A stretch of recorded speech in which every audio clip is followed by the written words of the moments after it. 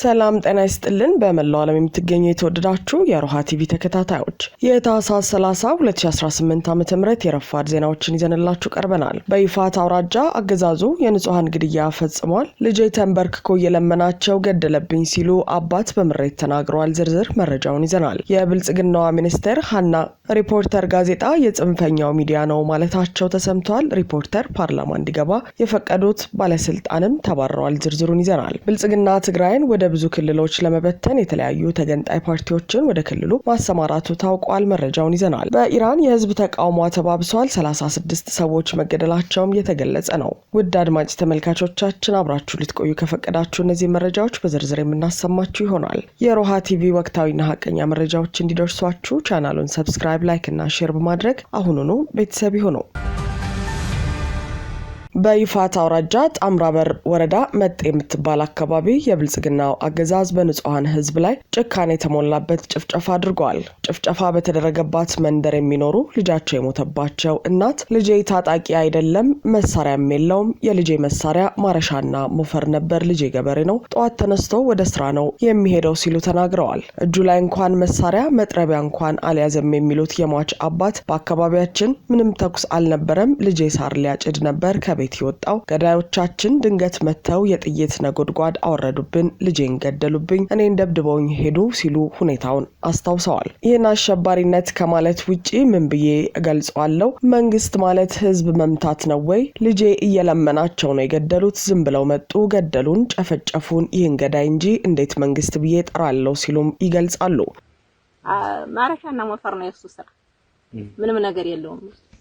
ምንም አይነት ፖለቲካ ውስጥም የለበትም። አዎ ምንም ነገር ላይ የለም። እሱ ያው እርሻ ነው፣ ገበሬ ነው። ጧት ተነስቶ ወደ ስራ ዶማ ተማጭድ ተሞረም ሌላ ምንም የሚያውቀው ነገር የለም። እጁ ላይ እንኳን የበቃ መጥረቢያ እንኳን ያዘም ልጅ ተላይ የጥይት ነጎዴ ሲዋርዱብን ገዳያችን መጣ ገደለብኝ እና እኔንም ያው አንጠልጥሎ ወስዶ ያው እንዳልሆ ቅድም ወርግጫ ያወረደ ከዛ ያው መቼም አንዳንድ ደግሞ ከውስጡም አለ ቶ በቃ ሽማግሌው መጣ ስመጣ ሬሳ ወርቆልሃል አሉት። ወጣሁና ሰው ቀበሩ። ምንም የሚያውቀው ነገር ንክክም የለ እኔ ለተግብርና ለላ የሚያውቀው ነገር የለም። ግብርና ብቻ ነው። ሀገር ይመስክር ያውቃሉ እነኝ በሙሉ። በወቅቱ የጦር መሳሪያ ታጥቆ ነበር። አረ የለው ምንም አያውቅም። ሀገር ያውቃሉ ነው በቀለን ወደ ማረም ምንም እንኳን መሳሪያ ቀርቶ ማርዋ ነው የሞቀ ሞፈር ቀንበር መፍሻ ማጭድ መጥረቢያ ምንም ያውቃል ያላ እርሻ ሀገር ይመስክር። እሺ በርሶ አንደበት ምን በለው ይገልጹታል ይሄንን ታዲያ ድርጊት? እንዴ እንትን አሸባሪ ኃይል ቡድን ነው። ምን ብዬ ገልጸዋለሁ? ታዲያ መንግስት ነኝ እያለ ነው እንግዲህ። ምን መንግስት ነው? ገዳይ ነው። ገበያ መንግስት ነው። መንግስት ሆነ እጁን ሲያርገበግብ ይዞ መጠየቅም ነበር መምታት ነው። ልጅቱ ልመና አድርጎ ነበር ማለት ነው። አዎ ሲርገበግብ ነው የመጣው። ኧረ እኔ ሳር ላይ ነው ሰልማ የመጣው ይሄ እንኳን ማለት ዲፋው በቃ ብሎ ማሄድ እርሶ ላይም እርምጃ እንዲወስድባችሁ ትእዛዝ እየተሰጠ ነበር። ባለው ምን ነበር ከላይ አንዱ መጣ እንደምን አረጋቶ አለ እዚህ አርስተው አስተው ያማ ዲፋው ነው ያለው ሞለጫ ለህን አይለይም ቁርአን ይመስል ይሄ ነው በቃ ይሄ ነው የለናንተ ምን ይነገር ታውታላችሁ ምን ይነገራል? አማራ አንተ መድረገ ተከርሰ ምድር ላይ አጥፋ ነው ታለው ያን ጊዜ እነሱ ዝም ብሎ መጣ ገደለኒ ጨፈጨፈን። ስርዓቱ ተላይ ሲመጣ እናንተ መረጃው ነበራችሁ? አረ ማላችን ነው ድንገት ደረሰሉ ነው መጣ የለን ምንም የላችሁ ማለት ነው። መረጃማ ቢኖር እንሸሻል ነበር። ልጅቱ እዛች አሁን የወደቀባትን ቦታ ይተናታል። እዛ ቦታ ለምንድን ነበር የሄደው? ሳር ሊያጭድ ተኩስ ነበር በዛ ሰዓት። ታዲያ ራሳቸው ናቸው የሚተኩሱ? ራሳቸው የሚያፈሰሱብን ተኩስ የለም ሌላ ከአካባቢው ሌላ የተኩስ ልውውጥ ለነሱ የሚሰጥ ምንም ሰው የለም ማለት ነው። የት እርሶ እዛው ነበሩ በዛ ሰዓት? አብረን። ታዲያ እርሶንስ ምን አሉ? እኔንማ እንትኑ ያ ተኮሰና ጋብ ሲል ቀናሰል ደቀና ረገላ ላይ ዲቫው ሲል አንደኛው መራር መጣና ቶ እንዴ ምን አረጋ ሲለው ያለ በርግጫ ከዚያ ወደ ልጅቱ እንዳላ መውደቁና ላይ ይሆም መለሳን ተለጠለ ዘመጣ እንደ ጨርቃ። በአካባቢው ድንገት የገቡት ያገዛዙ ኃይሎች ወደ መንደሯ ሲገቡ ያገኙትን ሁሉ እየረሸኑና እየገደሉ እንደነበር የሚገልጹት ነዋሪዎቹ በመንደሯ ያሉ ሱቆችንም እየሰበሩ መዝረፋቸውን ገልጸው ከተዘረፉት ሱቆቹ አንዱ ባለቤትም ሲያስረዳ ሱቅ ውስጥ የሚሸጥ ቫዝሊን እንኳን አላስቀሩም ሲል ገልጿል። የዘረፉት ዘርፈውት ሄደዋል። አንዲት ነገር ሳይተውልኝ ማለት ነው። የሱቅ ዕቃ ባልዚን መኮረኒ እንዳለ ይዘውት ሄደዋል። ገንዘብ ነበር የሰሞኑን ውስጡ የሸቀልሁት እሱንም ይዘውት ሄደዋል። ጨካኞች ናቸው እነሱ በጣም ጨካኞች ናቸው። የጭካኔ ስራ ነው የሚሰሩት። አክሎም በሬዎቻችንን ሸጠን መሳሪያ እየገዛን ወደ ትግሉ እንገባለን እንጂ ተዘርፈናል፣ ወደ መንደሯ ሲመጡ በር አትዝጉ ይሉናል፣ በር ከፍተን ስንተው ገብተው ይገሉናል፣ ዘርፈው ባዶ አስቀርተውናል፣ የቀረን ህይወታችን ነው፣ አሁን አማራጫችን ወደ ጫካ መግባት ነው ሲል ይገልጻል። ያው እንግዲህ አይጥም ሲጨንቃት ነው የምትናከሰው። ካልሆነ እኛም መሳሪያ ቡሮቻችንን እየሸጥን መሳሪያ መግዛት ነው። መሳሪያችንን ገዝተን ወደ ትግሉ እንገባለን፣ እንሞታለን። ዝም ብለን አይተን አሁንም መቋቋም አልቻልኩ። ገንዘባችን አልቋል፣ ሄዷል፣ ዘርፈውታል፣ ምንም የለም። አሁን ህይወታችን ነው እንዲሁ በጫካ ነው አሁን የምንኖረው። በቤት ውስጥ ሲያስመስል በራችሁን አትዝጉ ይላል። በር ከፍተን ስንጠብቀው ይገላል። ከዚያ ውጪ ደግሞ ተዘግቶ ሲገኝ ደግሞ በብረት እየመነቀረ ይሄው ባዶ ቤት ይገኛል ማለት ነው። ሪፖርተር ጋዜጣ የማንነት እስረኞችን ጥያቄ በመዘገቡ የጽንፈኛው ሚዲያ ተብሎ መከሰሱ ተገለጸ።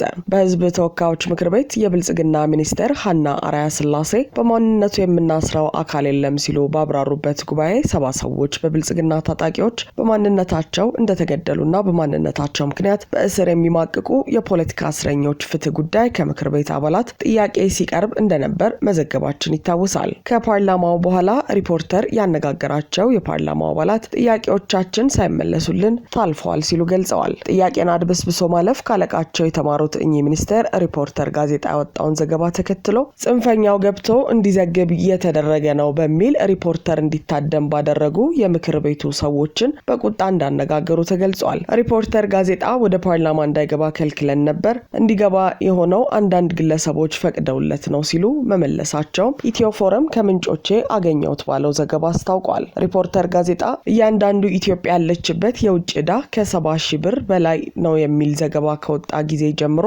በብልጽግናው አገዛዝ ጥርስ እንደተነከሰበት የሚገልጽ ሲሆን የብልጽግናው መሪ አብይ ሚዲያዎችን ሰብስበው አወያየው ባሉበት ጊዜም ሲያስፈራሩና ሲዝቱበት እንደነበረም የተገለጸ ሲሆን ወደ ፓርላማ እንዳይገባም እገዳ ተጥሎበት እንደነበር ታውቋል። የኢትዮጵያ ብሮድካስት ባለስልጣን ዋና ዳይሬክተር ሳምሶን መኮንን ጋዜጣው ወደ ፓርላማው እንዲመለስ እንደተፈቀደለት የተገለጸ ሲሆን እኚሁ ፍቃድ የሰጡት ባለስልጣኑ 1 ዓመት ሳይሞላቸው ከስልጣናቸው አባረዋቸዋል።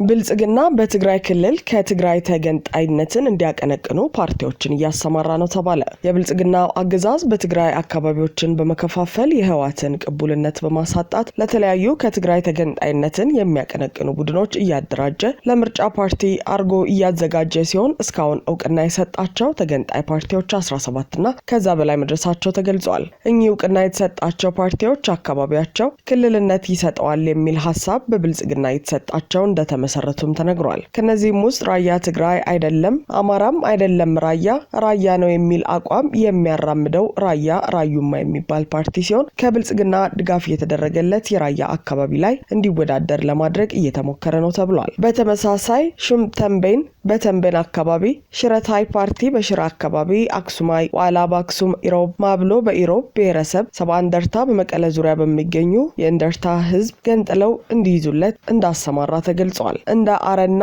ባይቶና፣ ሳውት፣ ቀንጪ፣ አዴፓ፣ ወለዶ፣ ስምረት የተባሉ ፓርቲዎችም በክልሉ እንዲንቀሳቀሱ እውቅና ያገኙ ናቸው። በኢራን በተቀሰቀሰው ተቃውሞ 36 ሰዎች መገደላቸውን አምነስቲ አስታወቀ። በኢራን ላለፉት 10 ቀናት በተካሄደው ተቃውሞ ቢያንስ 36 ሰዎች መሞታቸውን የሰብአዊ መብት ተሟጋች ድርጅት አስታውቋል። መቀመጫውን በውጭ ያደረገው የሰብአዊ መብት ተሟጋቾች ሐራን እንዳስታወቀው ከተገደሉት መካከል 34ቱ ተቃዋሚዎች ሲሆኑ ሁለቱ ደግሞ ከጸጥታ ኃይሎች ጋር ግንኙነት አላቸው። የኢራን ባለስልጣናት የሟቾችን ቁጥር ይፋ ባያደርጉም 3 የጸጥታ አባላት ግን መገደላቸውን ተናግረዋል። እስካሁን የ20 ሰዎች ሞትና ማንነት መረጋገጡ የተነገረ ሲሆን በኢኮኖሚ ቀውስ የተቀሰቀሰው ይህም ተቃውሞ ከ31 አውራጃዎች ውስጥ ወደ 27ቱ መዛመቱን ተከትሎ ከ60 በላይ ተቃዋሚዎች መቁሰላቸውንና 2076 ሰዎች መታሰራቸውን ሐራን አስታውቋል። ማክሰኞ ማምሻውን የኢራን ከፊል መንግስታዊ ሚዲያ እንደዘገበው ከቅርብ ቀናት ወዲህ ሰፊ ህዝባዊ ተቃውሞ የተነሳው የጸጥታ ኃይሎች የኃይል እርምጃ በማሌክ ሻሂ ውስጥ በሁከት ፈጣሪዎች በጥይት ተመተዋል ብለዋል። አምነስቲ ኢንተርናሽናል እንዳስታወቀው አብዮታዊ ጥበቃዎችና የፖሊስ ልዩ ኃይሎች ተኩስ ተጠቅመው ወደ ሆስፒታል ግቢ ውስጥ አስለቃሽ ጭስ በመተኮስ የመስታወት በሮችን በመሰባበርና የህክምና ሰራተኞችን ጨምሮ በውስጥ ያሉትን እየደበደቡ መረጃ አለኝ ብለዋል። የሰብአዊ መብት ተሟጋች ድርጅቱ የኢራን የጸጥታ ኃይሎች ጥቃት ዓለም አቀፍ ህግን የጣሰና የኢራን ባለስልጣናት የቱን ያህል ተቃዋሚዎችን ለመደምሰስ ፈቃደኛ እንደሆኑ ያጋልጣል ሲል አስጠንቅቋል። የዩናይትድ ስቴትስ ግዛት ዲፓርትመንት በኤክስ ላይ በፋርስ ቋንቋ ባሰፈረው መልእክት በሆስፒታሉ ላይ የተደረገውን ወረራ በሰብአዊነት ላይ ግልጽ የሆነ ወንጀል ሲል ጠርቶታል። በተያያዘ መረጃ በሳውዲ የሚመራው ጥምር ጦር የመን ላይ ጥቃት መፈጸሙን ተከትሎ የኤስቲሲ መሪ አልዙባይዲ መሸሻቸው ተሰምቷል። በየመን የሚገኘው በሳውዲ አረቢያ የሚመራው ጥምር ጦር በሀገሪቱ ደቡባዊ ዳሌ ግዛት መሪያቸው ወደ ሪያድ ለውይይት ለመውሰድ በታቀደው አውሮፕላን ከመሳፈራቸው በፊት የመገንጠል ኃይሎች ላይ ያነጣጠረ ድብደባ ፈጽመዋል። ጥምር ጦሩ በሰጠው መግለጫ የደቡብ የሽግግር ምክር ቤት መሪ ሃይዳረስ አልዙባይዲ ከየመን ኤደን ከተማ ማክሰኞ ምሽት የተነሱ ሲሆን በቡድናቸውና በዓለም አቀፍ ደረጃ እውቅና ባለው የየመን መንግስት መካከል ያለውን ግጭት ለማስቆም ድርድር ለማድረግ ማቅናታቸውን ገልጸዋል። ነገር ግን አልዙባይዲ በአውሮፕላኑ ውስጥ አልተሳፈሩምና ወደማይታወቅ ቦታ ሸሽተዋል ብለዋል። ህጋዊው መንግስትና የጥምር ጦሩ አልዙባይዲ የታጠቁና የተዋጊ ተሽከርካሪዎችን ከባድና ቀላል መሳሪያዎችን እንዲሁም ጥይቶችን ጨምሮ ከፍተኛ ኃይል እንዳሰማሩ መረጃ ደርሶናል ሲል ጥምረቱ አክሏል። ይህም ኃይል ለአደን የወጣው እኩለ ሌሊት ሲሆን በኋላም በዳሌ ጠቅላይ ግዛት ውስጥ መገኘቱን ገልጿል። ጥምረቱ እነዚያን ኃይሎች ለማሰናከልና የአልዙባይድን ግጭቱን ለማባባስ የሚያደርጉትን ጥረት ለማክሸፍ ከኢሮብ ጠዋት ጀምሮ ቅድመ መከላከል ጥቃቶችን ጀምሯል ሲል መግለጫው አክሎ ገልጿል። ኤስቲሲ በበኩሉ ሳውዲ አረቢያ የአየር ጥቃቶችን ቆም የሚጠይቅ መግለጫ አውጥቷል። በሪያድ ከሚገኙት ልኡካቸው ጋር ግንኙነታቸው እንደተቋረጠ ገልጿል። ተገንጣዮቹ አልዙባይዲ በኤደን በከተማው ውስጥ የሚደረጉ ወታደራዊና የደህንነት ስራዎችን በበላይነት እንደሚቆጣጠሩና እንዳልሸሹ ተናግረዋል። አድማጭ ተመልካቾቻችን የሰዓቱ የሮሃ ቲቪ ዜናዎች የተከታተላችኋቸውን ይመስሉ ነበር። አብራችሁን ስለነበራችሁ ከልብ እናመሰግናለን። ሰላም።